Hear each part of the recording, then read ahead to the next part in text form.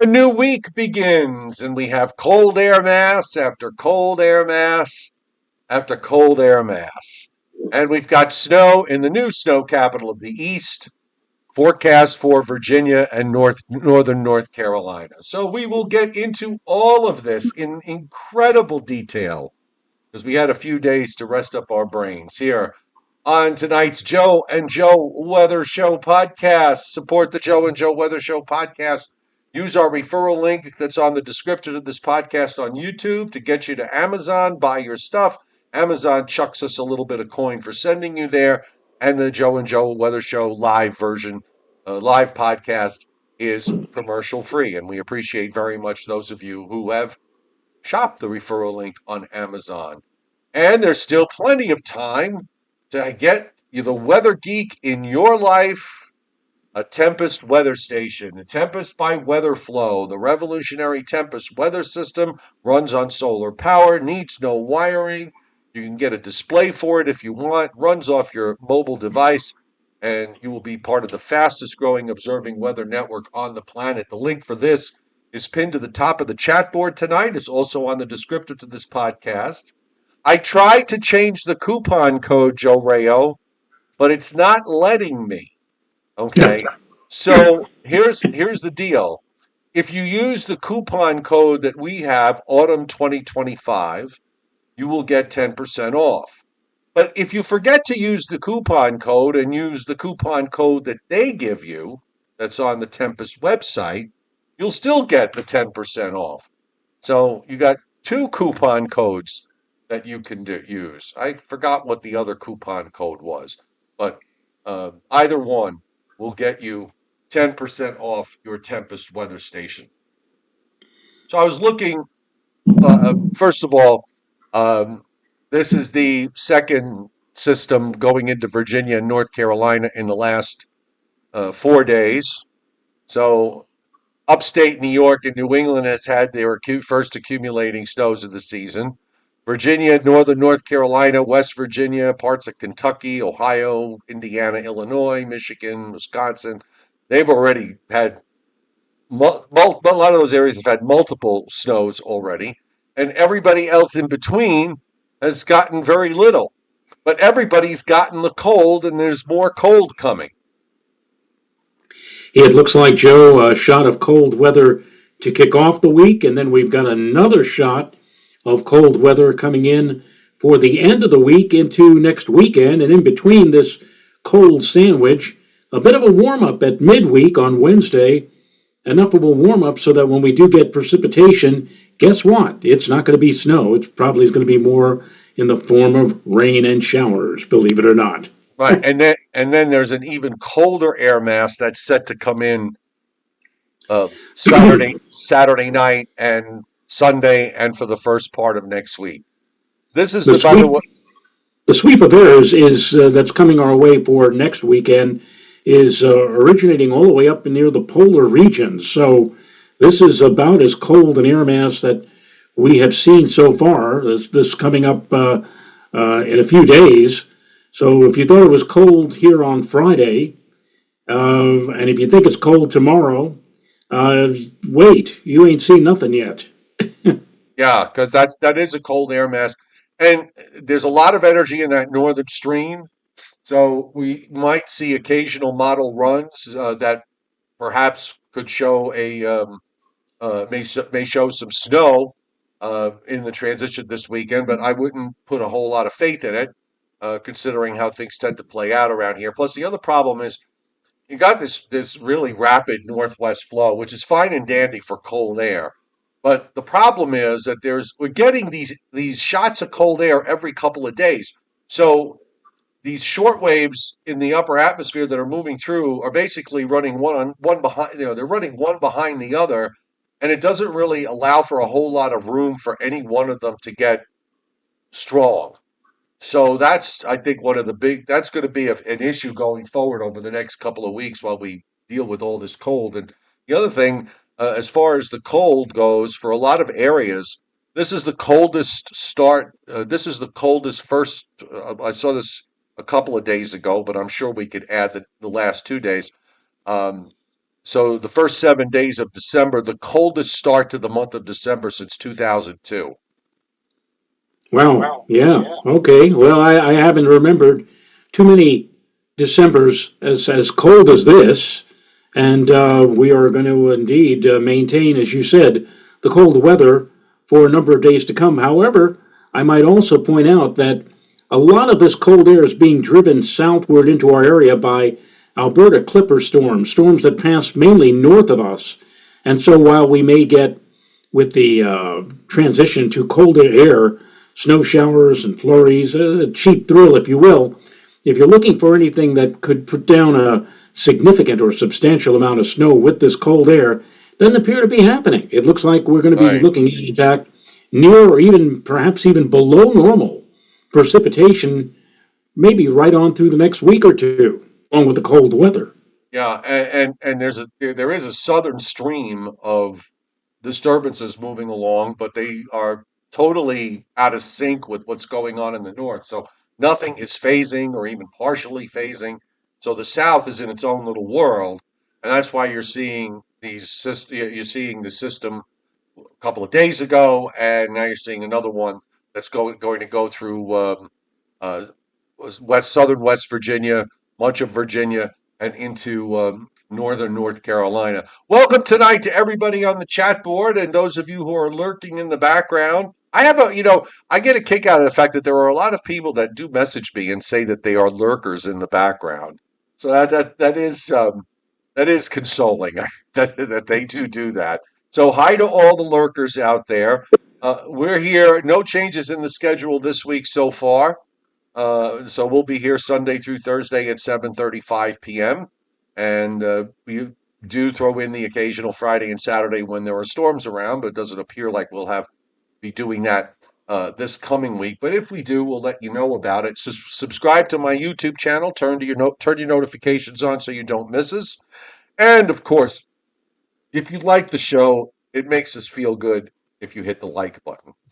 So are you ready to get the ball rolling here? I'm all set. I'm ready. All right, so we got a few things going on. And by the way, Tuesday morning for Eastern Pennsylvania and actually for all of Pennsylvania and New Jersey and New England, it's going to be another one of these cold mornings with lows in the teens and single digits.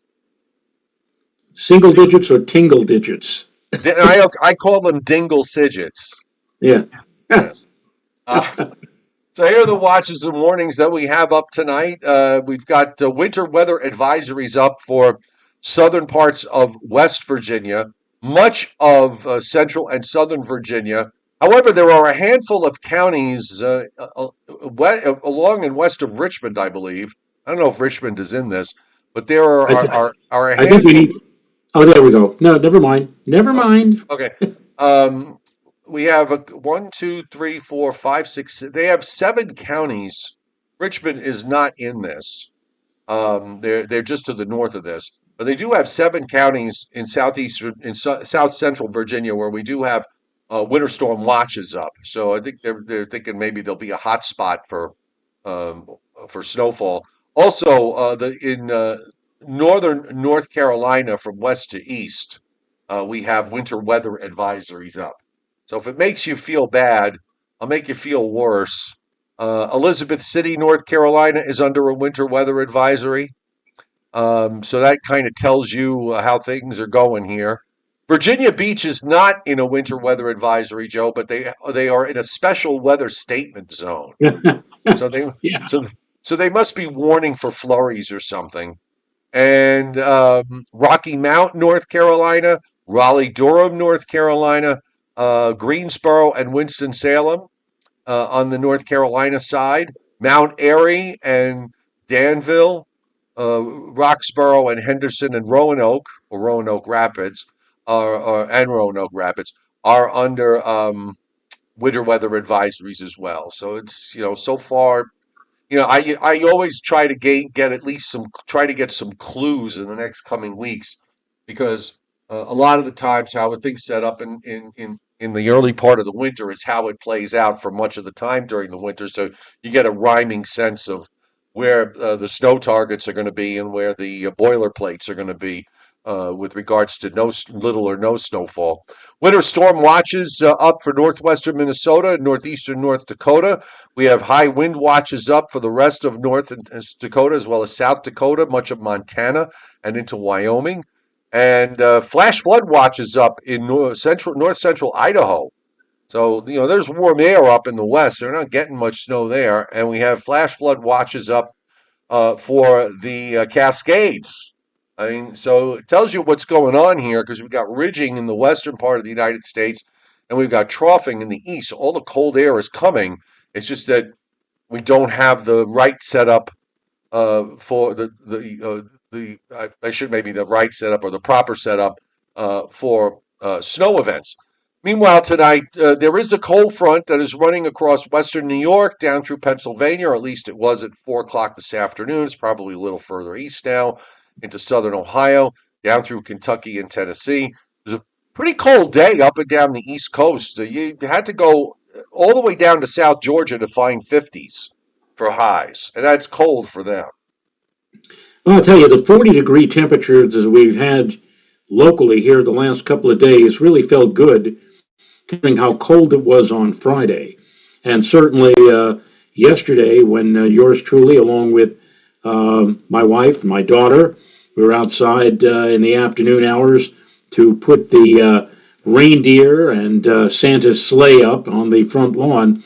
I was concerned after the cold weather we had on Friday that the ground might be too hard. What you have to do when you put these reindeer and the sleigh in is you have to drive them into the ground with stakes. And sometimes when the ground is too hard, it's next to impossible to put those stakes in. And that was all I was concerned about yesterday. But the ground was still soft. It was about 40 degrees. The sun was out yesterday afternoon.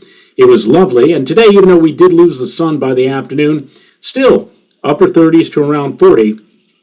And the best thing of all was that we didn't have much in the way of wind. Now we're looking at, again, the same old story, blustery cold winds and much colder temperatures heading in for tomorrow. And again, a second shot or an even more fierce shot of cold weather waiting in the wings to move in at the end of the weekend for next weekend. So I would say, Joe, that here in the tri-state area, in the New York metro area, if you hadn't gotten your lights up yet, your Christmas or holiday decoration lights up, I don't really know when you could do it. I mean, you might want to do it on Wednesday. You may get a little wet with the temperatures rising into the 40s, but if you're waiting until next weekend to do it, you've got a problem because, as we've been saying since the start of the show, next weekend is going to be about as cold as we have seen, if not colder, than anything that we've been subjected to so far this late autumn or early winter season. The next cold air mass, by the way, coming in for tomorrow and for Tuesday, is cold. Temperatures not out of the 20s today across much of Michigan, not out of the teens, and even in some places not out of the single digits in Wisconsin, and single digits to near zero uh, for 5 o'clock, 4 o'clock temperatures this afternoon, or 3 o'clock Central Time, up into Minnesota and North Dakota. So this is a fairly robust shot of colder air. Although, as I said, the one that's probably coming later next weekend and for early next week is going to be even colder. But we don't see any big storms around at all. The frontal wave that's going to be pushing some snow up into Virginia and the upper trough that goes with it. The low center is in the northeast Gulf of Mexico. It's kind of a flattish low. When I say flat, when you look at it on the way it's analyzed with the isobars, it's just basically one isobar and a low on a frontal boundary, and it doesn't have a whole lot of rings to it. Well, that low is going to probably strengthen a bit once it moves off the southeast coast and then heads out east northeast. So that'll happen during the day tomorrow, and that'll help to bring this cold high down.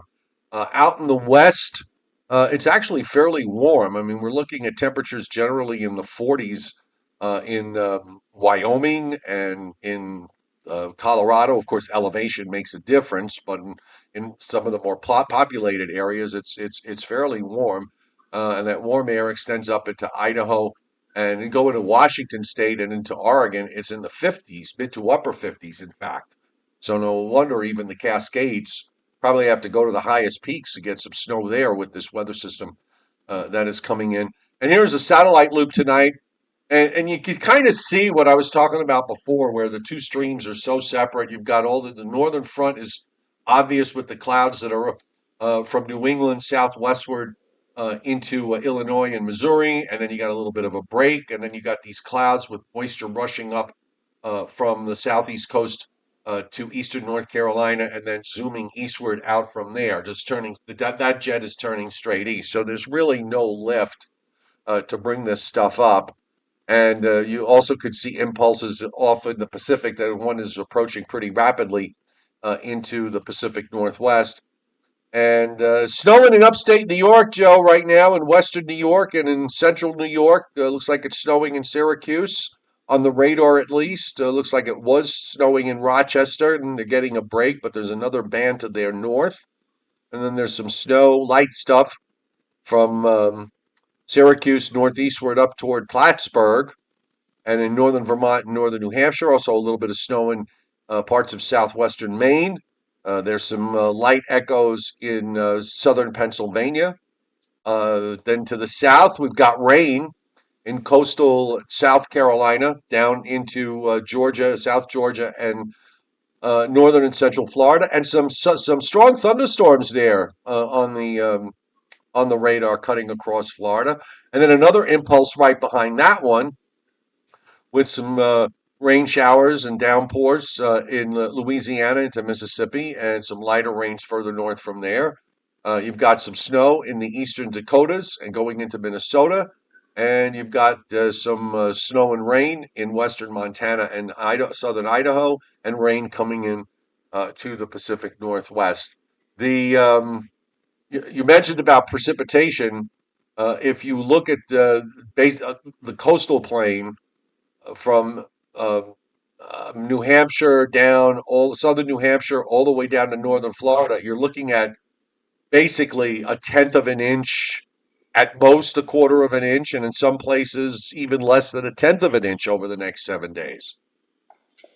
So it looks like it's just going to be cold, very cold, and dry. In fact, I noticed that Climate Prediction Center saying on the 6 to 10 day outlook for much of the Northeast, including the New York metropolitan area, 80 to 90% probability of below normal, and that is very heavily trending toward the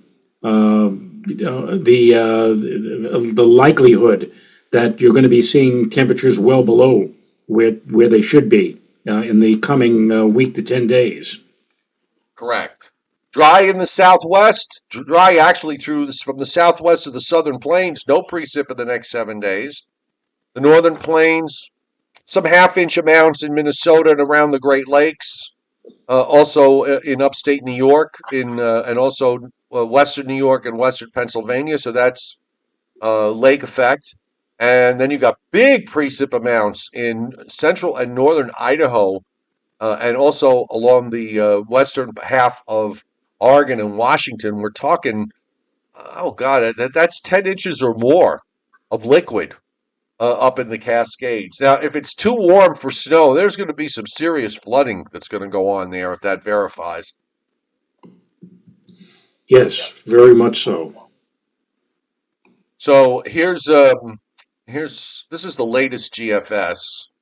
So I just want to bring up. Incidentally, our mutual friend Pete Bergman, who is also an alumnus of City University, where we went, pointed out yesterday the 18Z GFS, I think it was yesterday, suggesting a major snow event here at the end of this week with the arrival of that very cold weather. And I said, well, that's an intermediate run. I prefer looking at the primary, the 0 and the 12Z runs. And indeed, when we did go to the primary runs, the big snowstorm mysteriously disappeared. Right. Well, it's back on today's 18Z run, but I just want to show you with this northwest flow how dominant it is. I mean, you got these deep troughs coming into marching across in eastern Canada. And then the southern part of that, you see, the northern energy is way up, it's pretty obvious. It's way up, and then you got southern energy that's way down, and there's nothing. They're all mistimed. Nothing is connecting here. They're all pretty much staying separate. Now, if one of those southern stream short waves were strong enough, then maybe you could get something to lift up to the coast. This is the one for Monday that's moving out. It's kind of a gentle short wave that amplifies a little bit when it gets into Virginia and North Carolina, so that kind of justifies the snow there. But then you got the one behind it that's coming into Minnesota. Well, now it's got nothing to work on in the south, so that just kind of dives southeastward. And then yet there's another one here that's for Tuesday, by the way, because there's going to be something going by to our north. Wednesday, here's the short wave. Now that's got a little bit more of a V shape to it, but of course we're going to warm up ahead of it on Wednesday on southwest winds ahead of a cold front. So, as Joe mentioned, it'll probably be rain showers ahead of it. And then it turns cold behind it, back to the northwest flow. Another upper low comes down on Friday and Saturday, and that's going to bring in a shot of colder air. And then you got the very cold air that's actually going to help to bring in the very cold air. Now, here's where the 18Z GFS decides to amplify a shortwave next Sunday, and you see it there running north-south. I'll highlight for you. I'll draw it in, but right here, this sort of V-shaped trough that winds up producing this, and I'll bring that up too. So what it does is basically it's got, the cold front comes in with the very cold air on Saturday, and then you've got a lagging energy that comes in and amplifies, and it tries to make a storm there that passes just to the south and east. But where does it bring the snow if it does happen? Kentucky, West Virginia, Virginia, and North Carolina. There you go.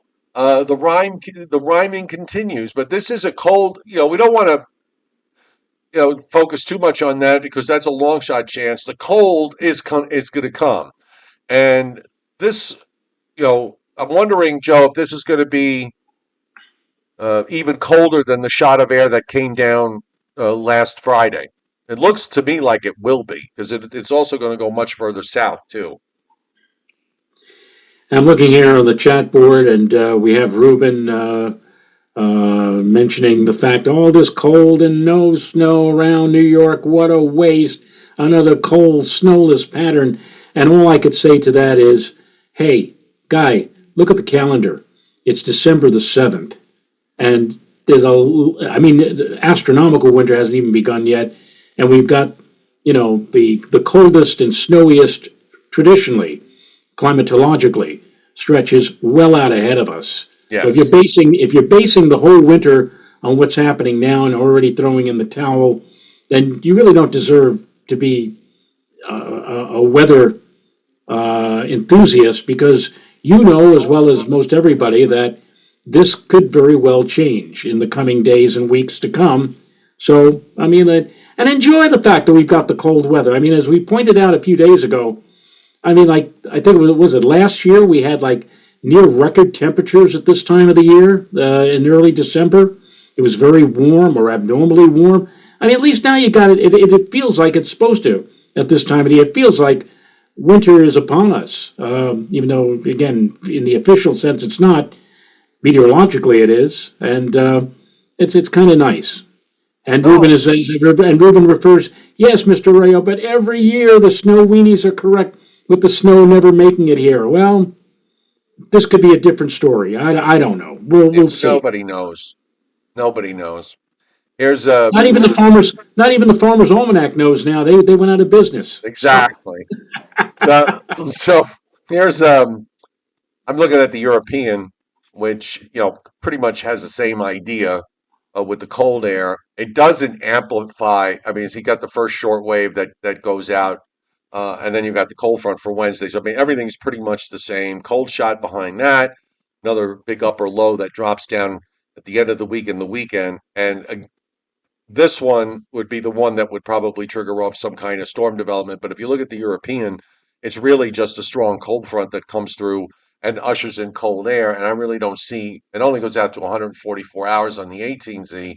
And if we look at the 12Z, which will take us out further, it really doesn't do much of anything. The cold air comes in, settles overhead, then gradually moves out. We the European does seem to suggest a moderation period for next week after that shot of cold air plays through. But the northwest flow and the troughing in the east does come back. It's only it's only a short moderation, and then the troughing in the east returns, and then that goes out, and then you got it coming back again as we get into Christmas week. So it looks like it wants to at the very least stay cold in the longer term overall, with some obvious moderation and maybe brief warm ups in between. I think that's kind of where we're going. And I do have the Euro weeklies. So from the latest run. So what I'm showing you up here on the screen now is Monday, January 12th to. I'm sorry. This is. Yeah, I'm sorry. It's Monday, January 12th to Monday, January 19th. So I'm going to go backwards. So this takes the last week on the weeklies is the middle of January. It's basically got near normal temperatures from Maine to North Carolina and west to the plains, below normal across the lakes. Now, as we get closer, model will tend to, kind of fine tune this. A lot of times when it shows normal, it actually winds up being below in a scheme like this. But when you look at where the profile is with the warmer temperatures along the Gulf Coast and the colder temperatures to the north, it's still telling you that there's some kind of northwest flow here. And I'll go back, like I said, since I'm starting backwards, I'll go backwards. The 5th through the 12th is, pretty much the same. The 29th of January 2nd, it's, the warmer boundaries a little further north, but it's basically near normal, below normal in the lakes. The 22nd to the 29th, pretty much the same. The 15th to the 22nd actually is below normal all the way down into North Carolina and much more below normal as you head up to the western lakes and up into the northern plains and warmer temperatures out in the west.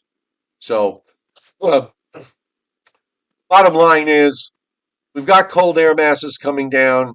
They're not matching up with how with the southern stream or anything else, at least at the moment. But that doesn't necessarily mean that as we get closer, something may surprise. And oftentimes, I mean, you and I have experienced this many times. A lot of times, what's evident with respect to snow doesn't really show up until you get, at least inside the 7 to 10 day time frame.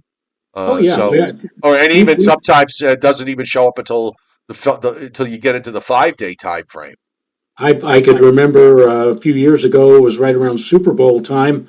We generally had agreed that we weren't going to see very much of anything, and then within 3 days after the Super Bowl, within 3 days, all of a sudden you did like a double take. We said, "Hey, where did this come from? What is this trying to do?" And 3 days later, we had not a substantial snow, but at least we had one of those 3 to 5 or 4 to 6 inch snowfalls, which was completely off the radar. 2 or 3 days previous. Sometimes you can get that close and be surprised. And so, what I'm saying is, don't you mentioned at the start of the show, Joe, about how everything is moving so rapidly since we're in a true winter type pattern. And I must tell you that as wonderful as all of these supercomputers are that we base our forecasts on, the European, the GFS, the UK Met, and all the others. I mean, sometimes when you're in a pattern like this, things are going so fast that even the supercomputers are having trouble nailing everything down and timing everything out just right. And so if you have a short wave coming down from in the northern stream and a slow moving southern stream system, and sometimes on one run they show them connecting and creating a massive storm, and then you get all excited, and 6 hours later they don't connect. It's simply because the computers are having their own problems and trying to keep up with the atmosphere. The atmosphere is a very complex thing, and so you gotta just roll with the punches, so to speak, and see how things are going to work out. You look for trends. The trend is your friend, but you don't fall for something at the drop of a hat. If the models are saying one thing during one run, you wait and see if it does it, 6 hours later, and does it for several runs before you start getting excited. do have for you Madden Julian Oscillation fans. This is the European MJO profile. If it's so, for those of you if you're seeing this box for the first time, so there are 8 phases, and the cold phases during the winter months are 8, 1, 2, and 3, and the warm phases are 4, 5, 6, and 7. 7 is kind of a weird phase. Now it doesn't.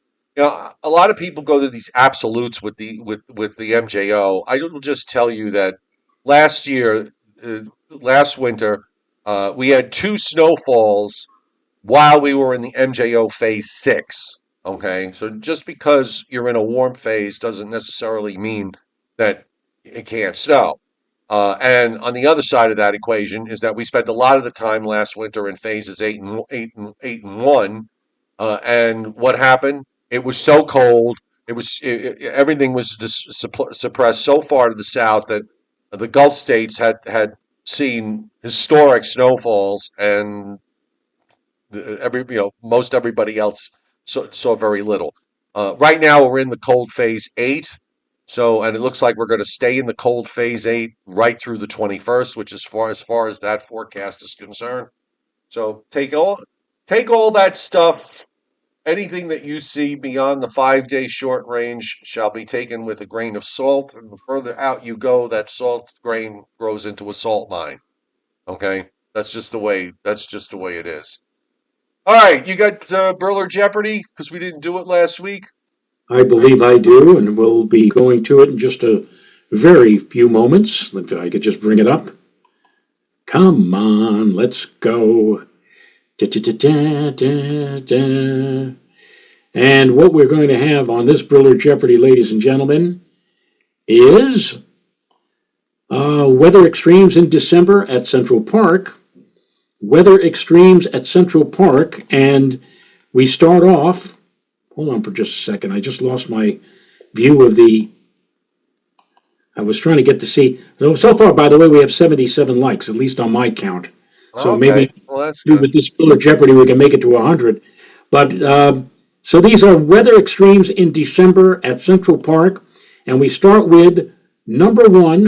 What was the warmest temperature ever recorded, or the warmest temperature, at least at Central Park weather records, ever in the month of December? Well, wasn't it? I want to say 74. But I'm trying to remember if that was like one of the Christmas Eves or Christmas days that we had the last 5 or 6 years where it was in the 70s.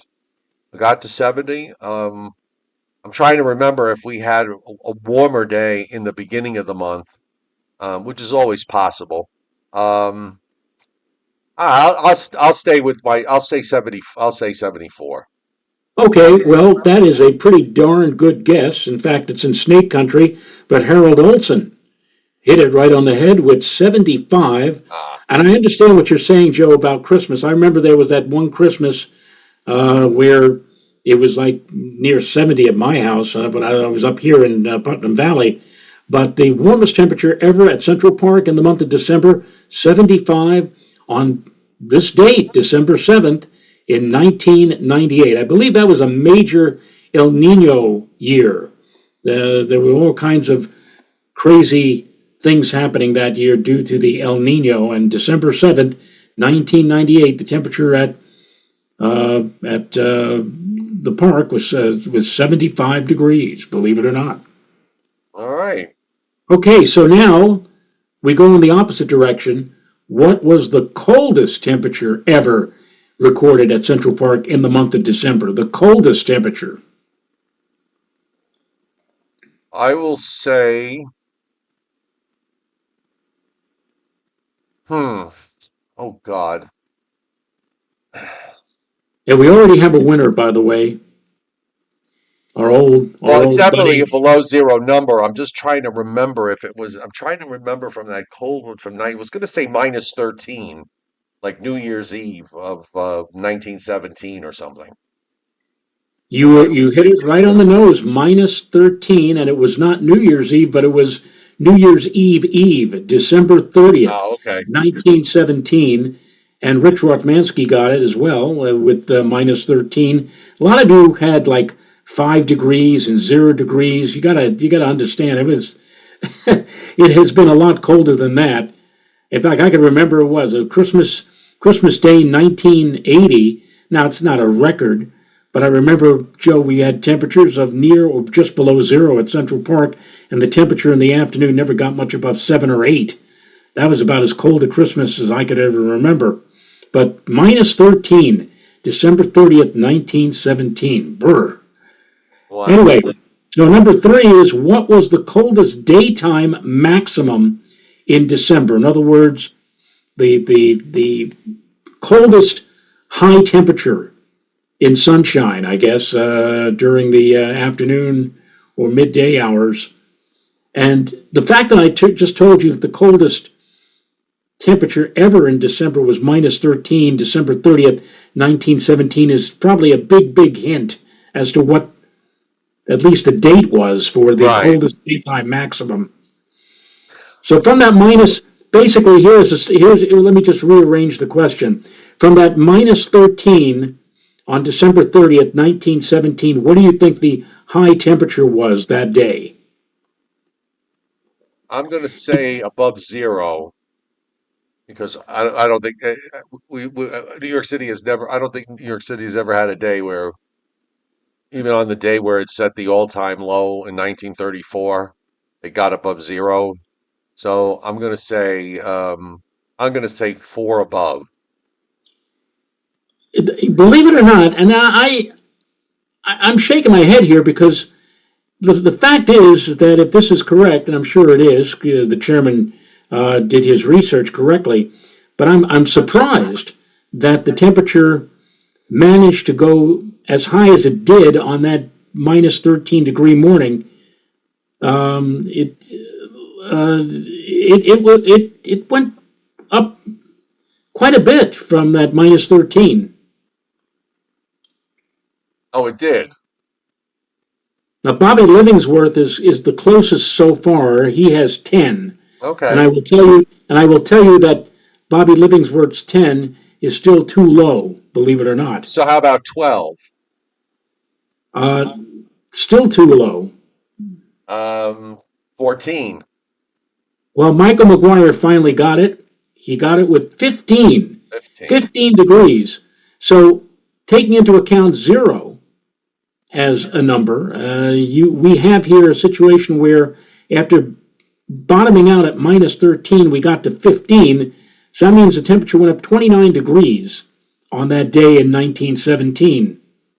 15 degrees was the coldest daytime maximum temperature in December 30th, 1917. And now the final question is what was the most snow to fall in the calendar month of December? And it all was due to one particular fall of snow, which I will tell all of you at one time for many, many years was the greatest one-day snowfall in New York history, which has since been Well, broken then it twice. has to be the 1947 storm. Correct. Now, the 1947 storm dropped in one single fall 26.4 inches. So, if you want to add on whatever else fell So either I will before say or I'll after, say 27.2 for the month. oh, well, look at this. He's getting all the way into the tenths of an inch here. But Right. no, that's a little low for the entire month of December of Well, I 1947. don't know. I don't believe it was above 30. Well, you're right. Um, You're right. You know why? Because Northern Grace just got it with 30. That's it. okay, 30 on the nose. What year was 30? 1947. 1947. Okay, I'm sorry. You did say that Yeah, it yeah. was in that particular year. So, all right. Well, all very interesting. Kind of tells you where the high end of maximum snowfall is. I mean, how much snow you have to get just to get to the record for the month. In order to do it, you really need to have at least one. That's the thing when you look at some of these records, and even the normals are skewed because they're skewed because of when we get big storms, we get big storms. They Right. put down 20-inch pluses, And and that that's could, sort. and You're right. You're absolutely right. And in fact, for people like Reuben Fairchild, for example, who is already mourning the fact that winter 25, 26 is dead at this early stage, you could have a situation where, case in point, the winter of 2015-16, if it were not for one singular storm, which Mr. Chiaffi remembers well because he was at FiOS 1 forecasting on that particular date, January 22nd and 23rd, 2016, a Friday night into the weekend. If it weren't for that one single storm, which dumped like 27 inches of snow at Central Park, New York would have had a grand total that winter of like 3 or 4 inches of snow. One storm made the whole winter. And that's what could happen here. We could have in January or February a massive snowfall. We may not get anything in December. We might not, for example, get much of anything in January or March. But if we get one whopping storm in February that dumps like 15 or 20 inches, there's your winter right there in one Right. falling swoop. It could happen. We'll see. All right. Well, I think that covers it all for tonight. And we can wrap it up now, and we'll be back tomorrow night at our usual shopping time, folks, which is 7:35 p.m. Eastern. Hope everybody had a great weekend. Giants won today because they didn't play. The Jets, did the Jets play today or do they play tomorrow? They played today. They had won 3 out of their last 5, and they figured that they needed to, indicate how amazing they were in Right. terms of the recent day. So they actually they did not wear the classic green. They wore these hideous black uniforms. I guess they they thought that it would make them look like killers or whatever. Anyway, the Dolphins thoroughly annihilated them, something like 34-10 or something. So Oh, good God. All right. Well, at least we can feel safe knowing that things that are and I don't supposed to know who, happen happen. The Jets are and this is supposed to not lose. Ruben. This is not Ruben Fairchild, by the way. This is Tatal Tatal 1020. You guys take off more than my 80-year grandma. LMAO. He's upset, Joe, that we take off more a lot, just like when Ruben Fairchild was saying that. Unless Tatal, unless Tal, unless that happens to be Tom Contino with a new name or Oh, something. it could be. He's running around with all these secret names now. Oh, Anyway, all right. So everybody, we'll see you tomorrow night. Hope everything is well with all. Hope everybody's getting their holiday shopping done. Don't forget, you can shop on Amazon using our referral link that's on the description of this podcast. And if you want to get somebody a weather station, they'll love you forever. You get the Tempest weather station. The link for that's on the chat board, and it's also on the description to this podcast. So we will see you all tomorrow night. Nighty we'll night. be here. 99.